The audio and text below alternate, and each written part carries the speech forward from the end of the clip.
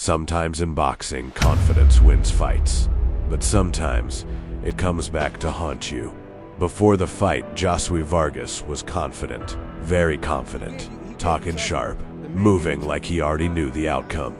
And to a lot of people watching, it started to feel like too much. Yeah, I give props to him because fighting me is a whole different ballgame. He haven't faced somebody like me who's young, 23 years old, who has the energy, and not only that, has great footwork. But Saturday, like I said, he's gonna find out. There's levels to this. Because across from him was José Zepeda, a fighter who does not talk much, but lets his hands do everything. No noise, no extra energy, just focus. And that is what made this fight interesting. But look, a man who has 9 losses, 38 years old, he's a grandpa. That man is a grandpa, my brother. Come on. Look, he gave you trouble. The man gave you trouble. Look, I like to say, and he dropped you, and they call it a slip. All I'm saying, come on, imagine what I would do to you. Because you had two completely different mindsets. One loud, one silent, one confident, one patient. José Zepeda! 10 rounds for the WBC. When the fight started, you could feel the tension immediately. Vargas came out sharp, fast, trying to control the pace early. And for a moment, it looked like his confidence might actually carry him. But Zepeda stayed calm. No panic, no rush, just watching, waiting, looking for the right moment.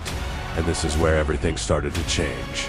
Because in boxing, all it takes is one moment, one mistake, one opening, and Zepeda found it.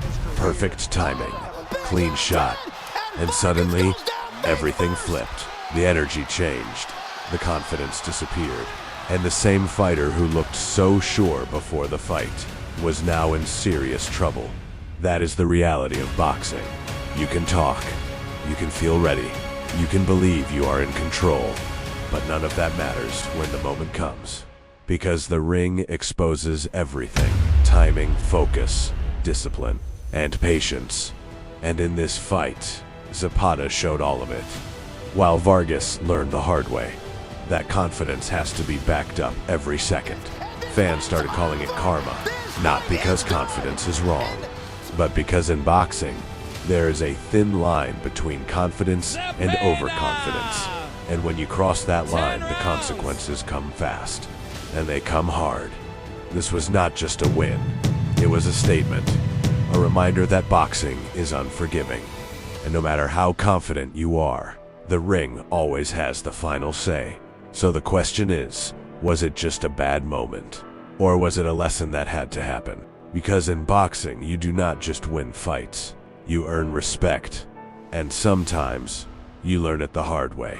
I told him in the press conference. Saturday, like I said, he's gonna find out. There's levels to this.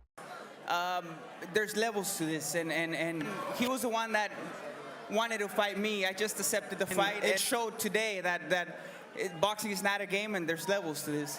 Josue, saw it happen like this. What's your take on the evening? Did you take on too much too soon? I mean, it's part of the sport. Things happen. It happened too fast in the first round, and he caught me with a good straight left hand. And I tried to recover, but I think I got up too fast, and that's what happened. But overall, I'm okay. I'm good. I'm feeling good. I'm healthy, and we're not stopping from here. It's on to the next. Do you regret this night, or do you think you can learn something from it?